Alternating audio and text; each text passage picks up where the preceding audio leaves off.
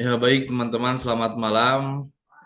Alhamdulillah pada kesempatan kali ini kita masih bisa presentasi untuk menjelaskan penyakit anxiety disorder dan insomnia.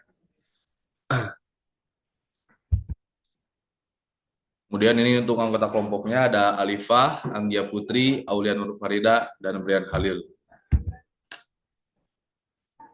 Silakan.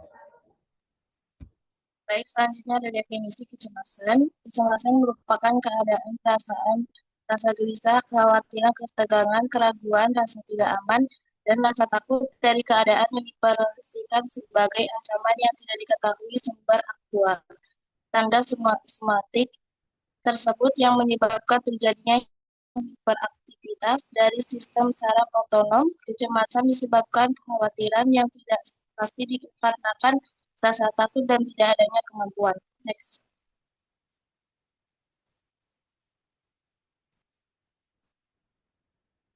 Selanjutnya definisi insomnia. Insomnia adalah keluhan tidur, adanya kesulitan dalam memulai tidur atau mempertahankan tidur, dan atau awal bangun dari tidur. Selain itu, insomnia dapat dikatakan adanya gangguan di siang hari yang terkait seperti kelelahan, cepat marah, penurunan memori, dan konsentrasi, lesu yang mengganggu, dan lainnya.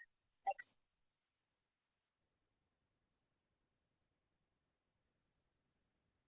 Untuk prevalensinya, gangguan kecemasan yang terjadi pada tingkat dunia di tahun 2019 terdapat sekitar 42 juta penduduk yang ada di dunia mengalami gangguan tingkat kecemasan seperti panik, gangguan mental, gangguan stres, pasca trauma, serta fobia. Gangguan kecemasan berdasarkan jenis kelamin dilaporkan bahwa prevalensi gangguan kecemasan yang terjadi pada wanita lebih tinggi dibandingkan dengan pria. Di Indonesia, prevalensi terkait gangguan kecemasan menurut hasil riset kesehatan dasar pada tahun 2018 menunjukkan bahwa sebesar 14 juta penduduk di Indonesia mengalami gangguan mental emosional yang ditunjukkan dengan gejala-gejala kecemasan dan depresi.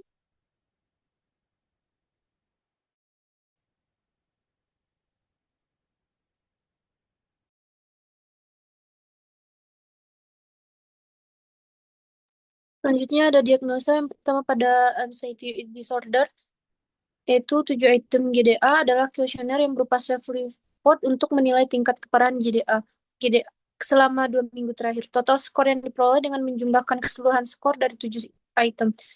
Berkisar 0 sampai 21 dengan skor 25 dan 215 severe. Kemudian untuk diagnosa insomnia yaitu apabila keluhan ini terjadi paling tidak 3 malam per minggu berlangsung selama minimal 3 bulan dan terjadi meskipun individu memiliki kesempatan yang cukup untuk tidur. Gangguan ini harus menyebabkan distres klinis yang signifikan atau gangguan dalam fungsi sosial, pekerjaan, pendidikan, atau area penting lainnya. Insomnia tidak dapat dijelaskan lebih baik oleh gangguan tidur lain, gangguan mental lain, kondisi medis, atau penggunaan zat tertentu. Next. Nah, selanjutnya di sini ada patofisiologi anxiety disorder. Yang pertama dimulai dengan sistem neurotransmitter dan struktur otak tertentu yang berperan dalam regulasi tidur. Bentar.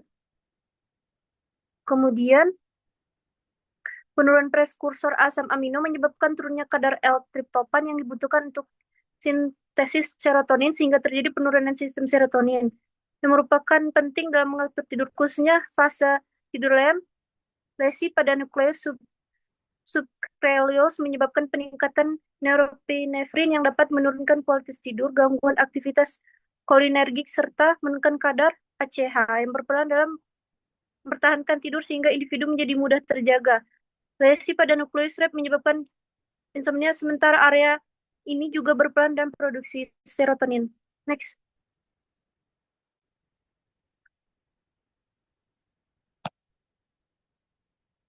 Selanjutnya, patofisiologi kecemasan yaitu timbul dari interaksi kompleks antara faktor eksternal seperti peristiwa hidup dan internal seperti gaya hidup yang diproses oleh individu serta sistem saraf pusat, terutama korteks cerebri, hipotalamus, dan sistem limbik yang bertanggung jawab terhadap persepsi stres dan respon emosional. Aktivitas sistem ini memicu hipofisis untuk merangsang kelenjar adrenal sehingga terjadi pelepasan hormon stres, adrenalin, dan kortisol.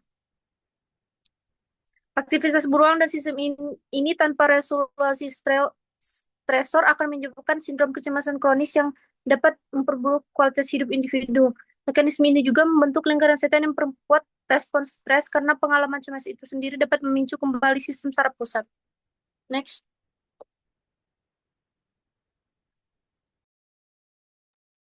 Baik, selanjutnya ada etiologi. Etiologi kecemasan yaitu berupa stres, kondisi fisik, penyakit penyerta lainnya, seperti depresi, genetik, riwayat keluarga dengan gangguan kecemasan, faktor lingkungan.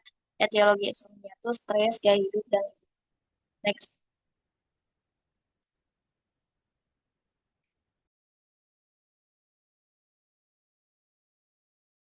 Kemudian untuk faktor risiko, yang pertama ada faktor risiko insomnia, stres sekolah, masalah pekerjaan, keuangan, atau keluarga. Yang kedua ada gangguan psikiatri komorbid, terutama gangguan kecemasan dan depresi. Yang ketiga ada penyakit fisik kronis seperti asma, kanker, GERD, dan gangguan jantung. Kemudian keempat ada penggunaan zat seperti kafein, alkohol, nikotin, dan obat stimulan. Yang kelima ada pola tidur yang tidak teratur seperti shift kerja malam, jet lag, atau waktu tidur yang berubah-ubah. Kemudian yang keenam ada faktor demografis, yaitu perempuan dan lansia memiliki resiko yang lebih tinggi. Kemudian yang tujuh ada kondisi lingkungan tidur yang buruk, seperti suhu, cahaya, suara, atau tempat tidur yang tidak nyaman. Next. Kemudian untuk faktor resiko anxiety disorder, yang pertama ada riwayat keluarga atau gangguan masa dalam keluarga. Kemudian yang kedua ada traumatis di masa kecil, biasanya tuh kekerasan, pelecehan, kehilangan orang tua, atau pengabaian emosional. Yang ketiga ada ciri kepribadian neuropatik seperti mudah cemas, emosional, atau perfeksionis. Yang keempat ada jenis kelamin perempuan, yaitu wanita lebih rentan, kemudian karena faktor hormonal dan psikologisnya. Kemudian ada yang kelima yaitu status sosial dan ekonomi yang rendah, penghasilan rendah, pengangguran, atau pendidikan rendah. Yang keenam ada penyakit fisik tertentu seperti hipertiroidisme, sindrom iritasi usus besar, IBS, dan nyeri kronis. Yang tujuh ada penyalahgunaan zat termasuk alkohol, kafein berlebih, dan obat-obatan terlarang. Dan paparan stres kronis, lingkungan penuh tekanan, atau pekerjaan berisiko tinggi. Next. Selanjutnya ada manifestasi klinis, di mana gejala fisik atau pusing, kelelahan, palpitasi, nyeri otot, dan ketegangan, gemetaran, mulut kering, keringat, berlebihan, sesak napas, sakit perut mual, sakit kepala, insomnia. Gejala fisiologisnya itu kegelisahan, rasa takut, sulit berkonsentrasi, sifat lemah, lekas parah, terus-menerus merasa ditepi, menghindari situasi tertentu, mengisolasi diri sendiri. Next.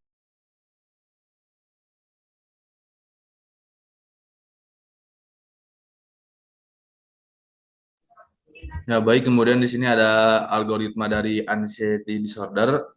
Di sini ada beberapa langkah. Yang pertama itu jadi pemilihan modalitas pengobatan. Maaf, yang pertama itu ialah pemeriksaan awal dan memastikan bahwa pasien ini mengalami gangguan kecemasan umum atau anxiety disorder. Kemudian yang kedua, melakukan evaluasi komorbiditas. Komorbiditas itu suatu istilah yang digunakan pada pasien yang mengalami dua atau lebih penyakit. Nah, seperti diagnosis komorbid, kemudian suicidalitas atau bunuh diri, kemudian insomnia, penyalahgunaan zat, kemudian ketidakpatuhan dan terhadap pengobatan, wanita usia subur, lansia, serta isu budaya. Nah, kemudian langkah selanjutnya ialah pemilihan pengobatan. Jika memang diperlukan pengobatan, maka pilihlah pendekatan psikososial seperti PST atau psikososial treatment seperti terapi kognitif atau perilaku. Nah, kemudian jika memang membutuhkan pengobatan medis, maka diberikan antidepresan seperti SSRI atau SNRI selama 4-6 minggu dengan yang dosis yang cukup. Nah, kemudian melakukan evaluasi jika memang pada respon awalnya itu baik, maka dilanjutkan pengobatannya itu setidaknya minimal 1 tahun. Dan jika memang tidak ada perubahan, maka dilakukan evaluasi ulang. Jika ada insomnia, maka ditambahkan obat hipnotik seperti benzodiazepin atau mirtazepin. Nah, kemudian jika memang gejala tetap penuh atau augmentasi, maka ditambahkan obat seperti AAP, buspiron, dan antihistamin. Nah, kemudian jika memang masih, maka diganti dari antidepresan yang lain. Misalkan awalnya itu menggunakan antidepresan jenis SSRI, maka dilakukan switch ke SNRI. Nah, kemudian selanjutnya dilakukan evaluasi ulang. Jika memang membaik, maka dilanjutkan terapi tersebut selama lebih dari 1 tahun. Nah, kemudian jika tidak ada perubahan, dilakukan evaluasi komorbiditas. Nah, jika memang ada komorbiditas seperti depresi, maka ditambahkan obat-obatan seperti bupropion, kemudian buspiropen, AAP atau SCT. Nah, kemudian jika memang ada bipolar, ditambahkan juga obat seperti penstabil mood atau antikonvulsan. Nah, kemudian pada selanjutnya yaitu opsi lanjutan jika tidak ada komorbiditas, maka ganti kombinasi obat seperti SSRI, SNRI, TCA, dan yang lain, atau tambahkan obat pada ketiga tersebut. Kemudian dilakukan lagi evaluasi ulang. Jika tetap tidak membaik, maka dipertimbangkan ulang diagnosis tersebut. Seperti itu. Nah, kemudian di sini ada beberapa terapi untuk anxiety disorder. Pada terapi awal meliputi obat duloxetin, kemudian escitalopram, paroxetin, sertralin, dan venlafaxine. Kemudian untuk terapi yang keduanya menggunakan buspiron, imiprazmin, pregabalin. Dan untuk alternatifnya menggunakan hidroksizin dan quetiapin. Nah, kemudian pada terapi farmakologi, di sini lini pertamanya itu kami menggunakan golongan obat SNRI. Obatnya itu duloxetin dengan dosis 60 mg per hari dengan mekanisme kerja menghambat reuptake serotonin dan norepinefrin, kemudian menghambat reuptake dopamin secara lemah. Untuk efek sampingnya konstipasi, pusing, dan kelelahan.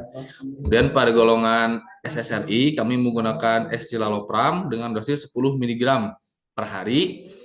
Untuk mekanismenya S-enantiomer dari citalopram menghambat penyerapan kembali serotonin dengan sedikit atau tanpa efek pada penyerapan kembali norepinefrin atau dopamin.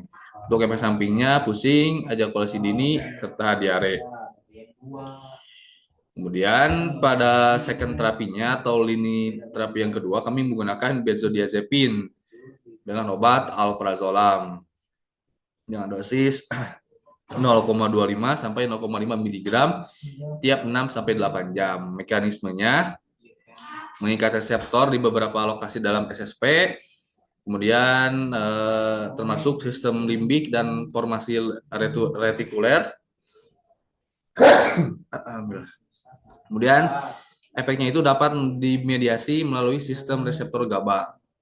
Untuk efek sampingnya itu sendiri konstipasi, diare, pusing, serta mulut kering. Kemudian pada alternatif lini terapinya menggunakan antihistamin.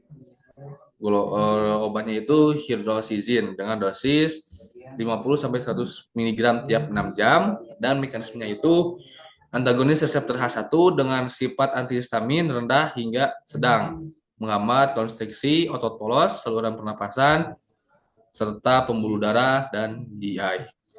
Efek sampingnya mulut kering.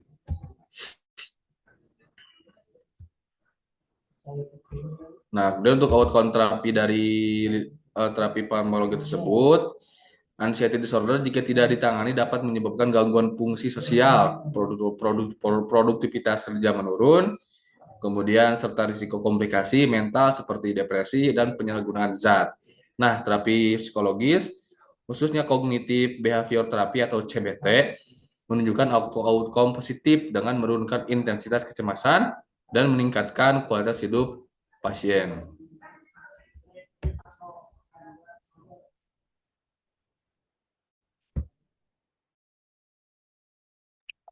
Selanjutnya ada terapi non farmakologi. Dari aspek terapinya, kalau untuk insomnia, fokus terapinya itu memperbaiki pola tidur dan perilaku terkait tidur. Kalau anxiety disorder itu mengurangi gejala kecemasan dan pikiran obsesif. Kemudian untuk CBT, pada insomnia itu CBTI untuk tidur stimulus, kontrol, sleep reaction. Kemudian untuk anxiety disorder yaitu CBTA untuk kecemasan kognitif, restructuring exposure. Kemudian sleep hygiene itu kalau untuk insomnia primar, sedangkan untuk anxiety itu sekunder. Eh, Lalu ada mindful atau meditasi. Insomnia membantu tidur dengan menenangkan pikiran, sedangkan untuk anxiety membantu menurunkan intensitas kecemasan kronis. Yang terakhir ada biofeedback atau neurofeedback. Kalau untuk insomnia kadang digunakan untuk menenangkan sistem saraf, sedangkan pada anxiety itu lebih banyak digunakan untuk gangguan panik atau OCD.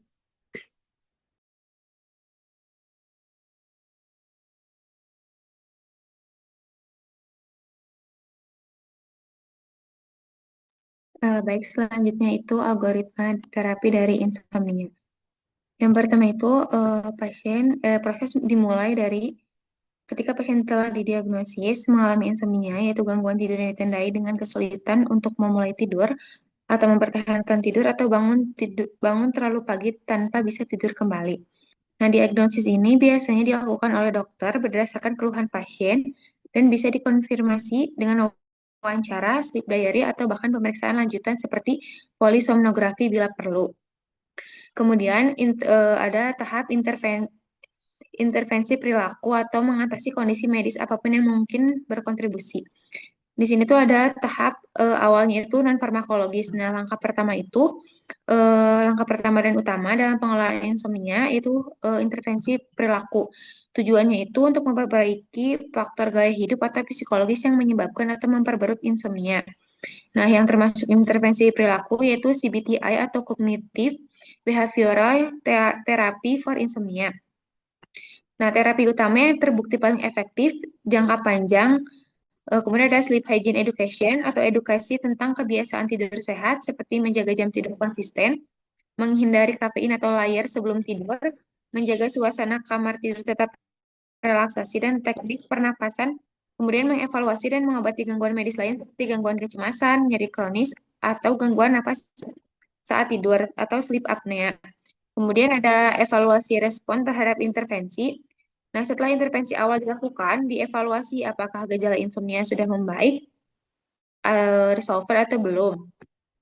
Nah, jika gejala membaik, tidak perlu terapi tambahan. Intervensi awal diperkuat dan dilanjutkan. Kemudian jika gejalanya tidak membaik, maka dilakukan langkah selanjutnya, yaitu menentukan jenis insomnia yang dialami pasien. Kemudian diidentifikasi jenis insomnia atau ditentukan jenis insomnianya. Setelah intervensi perilaku tidak cukup efektif, kemudian dilakukan pengobatan farmakologis. Nah, pengobatan farmakologis ini itu disesuaikan dengan jenis insomnia yang dialami oleh pasien. Nah, di sini tuh ada insomnia, sleep onset insomnia atau insomnia sulit memulai untuk tidur. Nah, di sini tuh dikasih obat melatonin, terus S-zopiclotin, zaleplon, dan zolpidem. Kemudian ada sleep maintenance insomnia atau kesulitan mempertahankan tidur. Nah, pasien bisa tidur tetapi sulit mempertahankan tidur. Pasien sulit mempertahankan tidur, terus sering terbangun di tengah malam atau pagi. Obat yang direkomendasikannya itu S-zopiclone, dosepin, atau obat antidepresan dosis rendah yang efektif untuk gangguan tidur, terutama memelihara tidur. Kemudian ada zolpidem. Lalu ada insomnia pada lansia. Obat yang direkomendasikannya itu dosepin, melatonin, dan ramelteon. Kemudian itu ada insomnia disertai dengan depresi. Obat yang diberikannya itu doxepin dan mirtazapin. Next.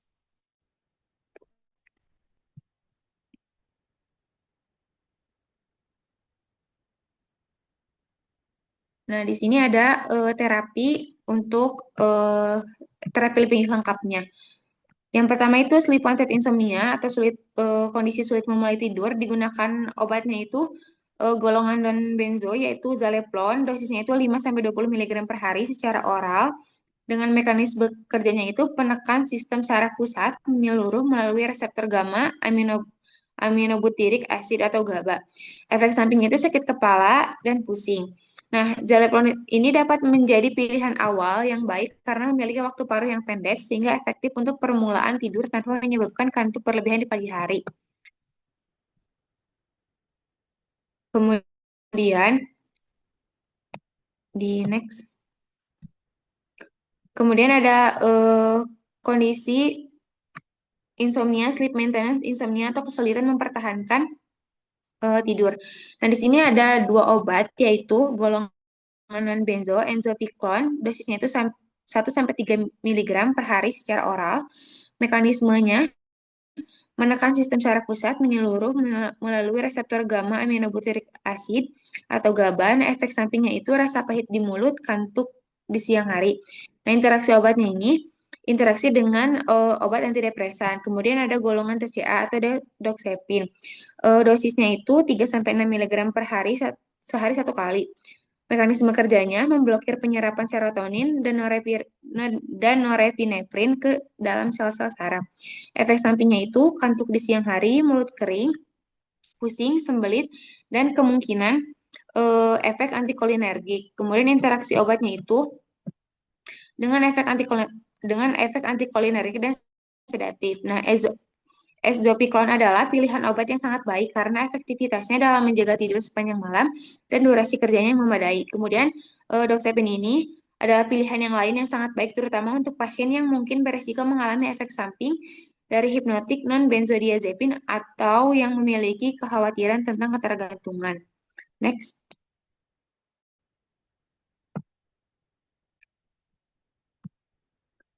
Lalu ada kondisi insomnia pada lansia atau older adult. Obat yang digunakannya itu golongan TCA, doxepin, dengan dosis 3-6 mg sehari 1 kali. Mekanisme kerjanya itu memblokir penyerapan serotonin dan norepinefrin ke dalam sel-sel saraf. Efek sampingnya itu kantuk di siang hari, mulut kering, pusing, sembelit, dan kemungkinan efek antikolinergik. Interaksi obatnya berinteraksi dengan efek antikolinergik atau sedatif. Kemudian ada melatonin atau pelepasan kontrol dengan dosis 3-5 mg 1 kali sehari sebelum tidur. Mekanisme kerjanya itu bekerja pada reseptor membran MT1, 2, dan 3.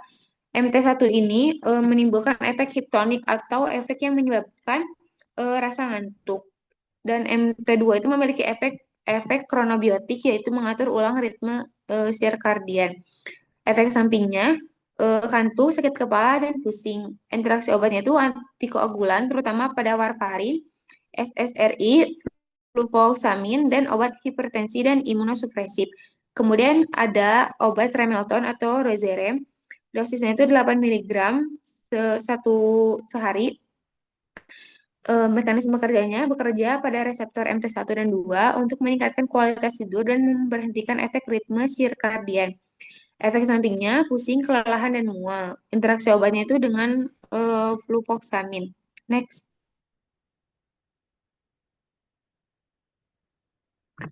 Kemudian ada yang terakhir itu insomnia dengan depresi. Nah, obatnya itu digunakan sama seperti kondisi insomnia yang lain, yaitu doxepin dengan dosis 3-6 mg sehari 1 kali dengan mekanisme kerja memblokir penyerapan serotonin dan norepinefrin ke dalam sel-sel saraf. Efek sampingnya itu kantuk di siang hari, mulut kering, pusing, sembelit, dan kemungkinan efek antikolinergik. Interaksi obatnya itu interaksi dengan efek antikolinergik atau sedatif. Terus ada golongan antidepresan, mirtazapin, Remeron. Dengan dosis 7,5 sampai 15 mg per hari. Mekanisme kerjanya memblokir reseptor sel dari bagian kimia sehingga menghalangi efek fisiologisnya. Efek sampingnya itu pusing, kantuk, dan mulut kering.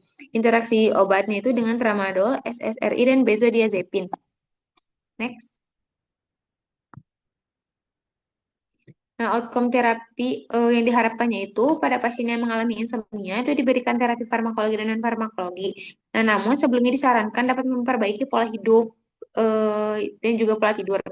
Kebiasaan maupun mengurangi konsumsi kafein yang dapat memicu gangguan pola tidur yang tidak teratur sehingga mengalami kebiasaan susah tidur atau insomnia. Next. Nah, kemudian ini untuk daftar pustaka yang kami gunakan. Mungkin untuk presentasi dicukupkan sekian. Mohon maaf bila ada kesalahan. Tutup dengan salam. Assalamualaikum warahmatullahi wabarakatuh.